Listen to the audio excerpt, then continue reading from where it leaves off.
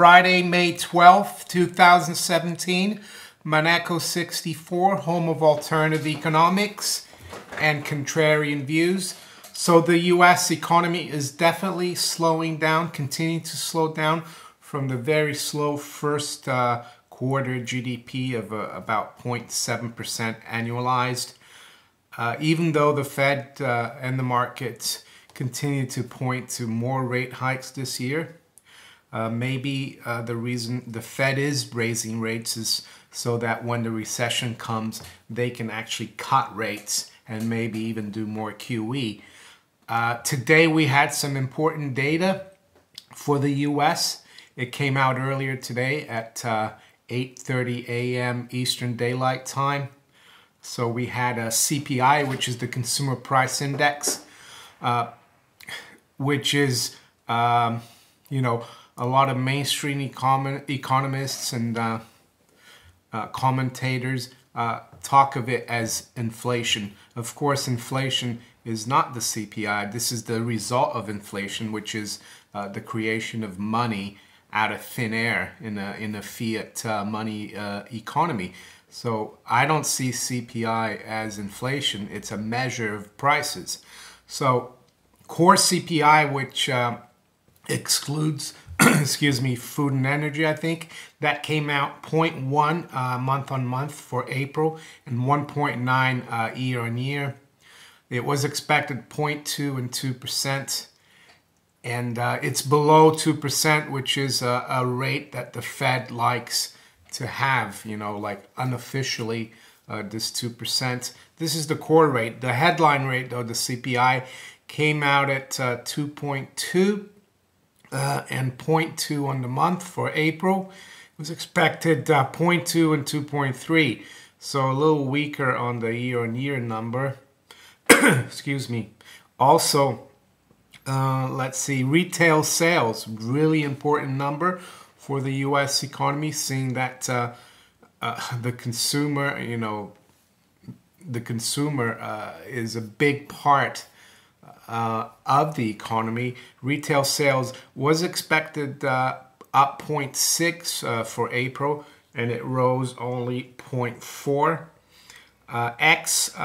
Autos, gas and autos, retail sales dropped from 0.4 the previous month to 0.3. So weak data from the U.S.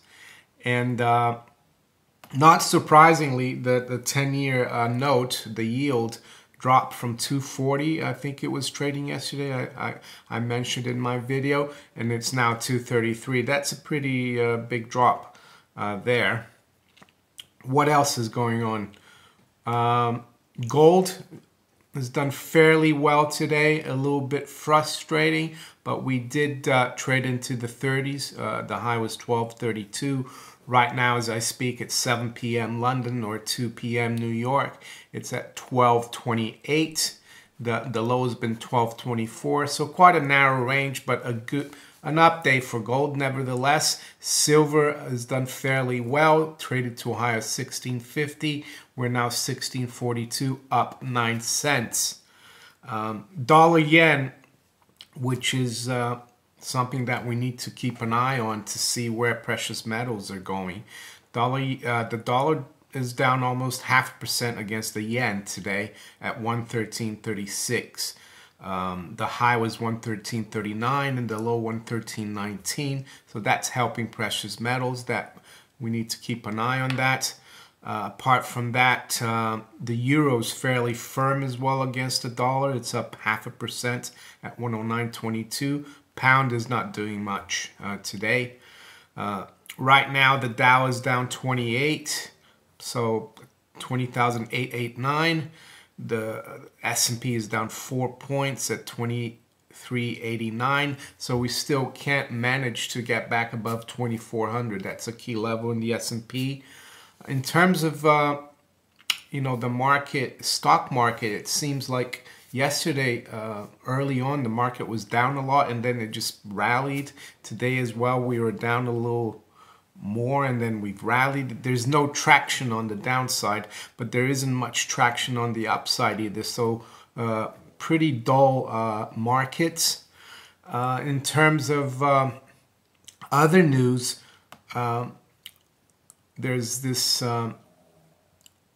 news out of the UK that the NHS, National Health Service, has been hacked into. It says here a global, hold on a second. Yeah, hospitals across England go dark after massive cyber attack. Hackers demand ransom. I think, yeah, this is quite significant. It just goes to show that, you know, it's dangerous in the cyber world, and also with online banking and everything being done online now financially. It just goes to show why people need to have some physical gold and silver, in my opinion. There's a danger that your bank account could be, you know, hacked into.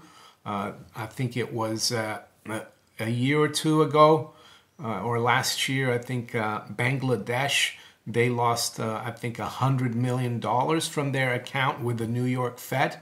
Someone hacked into it, and that's the New York Fed. So I think it just goes to show that it's good to have physical gold and silver, not to leave too much money, you know, in the bank, because it can disappear, you know, like that.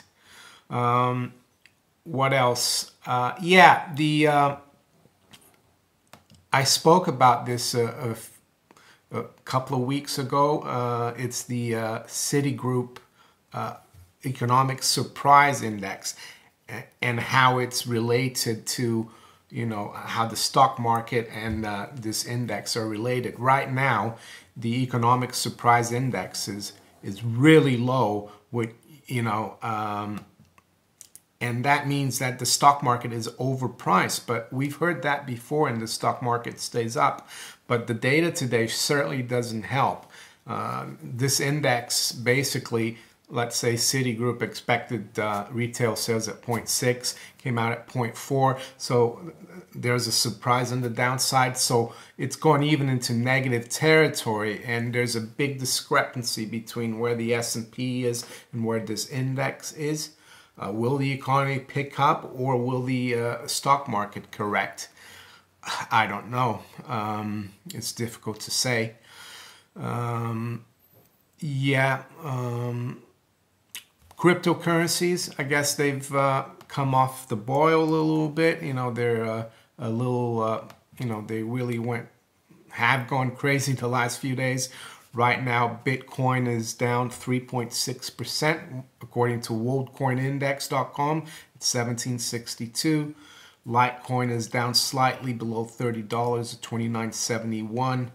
Ethereum trading around 90, so that's up a little bit. Ripple up 10%. So it looks like people are going back a little bit into the selling their Bitcoins and going back into the altcoins. Dash down 2%. So yeah, that's all I wanted to talk about. Basically, U.S. economy, in my opinion, you know, the Atlanta Fed is going to come out many more times in the next few months, you know, revising their GDP forecast for the second quarter lower, in my opinion. You know, the Fed, maybe they will keep hiking rates, but only, you know, so they can cut it when the economy really slows down. Hacking, cyber hacking, you know, cyber security, I think that's a big thing to, you know, to keep in mind, and another reason to have physical gold and silver. So if you enjoyed this video, give me a thumbs up, share it far and wide, subscribe to my channel if you haven't yet, and if you'd like to make a donation, there's some links in the description. I've also got now link for Litecoin, Steemit, Bitcoin, PayPal, Patreon. Yeah, and one thing I wanted to talk about, actually, Steemit. It's STEEMIT.com, and it's a little bit like YouTube, but you can also write on it. You can post anything on it, and you get paid in Steem, STEEM. And there's also Steam Dollar. It's you need to look into that, but you can earn Steam, and after a few, you can turn that into into dollars by sending it to an exchange. I think it's a great platform. It's like a cryptocurrency, but it's also a platform a little bit like that hopefully will replace YouTube and Google. Who knows? I'm starting to earn quite a bit of Steam, which is easily exchanged into Bitcoin and then into dollars or pounds. So yeah, you should look into steam.com. And if you want to watch my videos as well, it's at Maneko64 on steemit.com.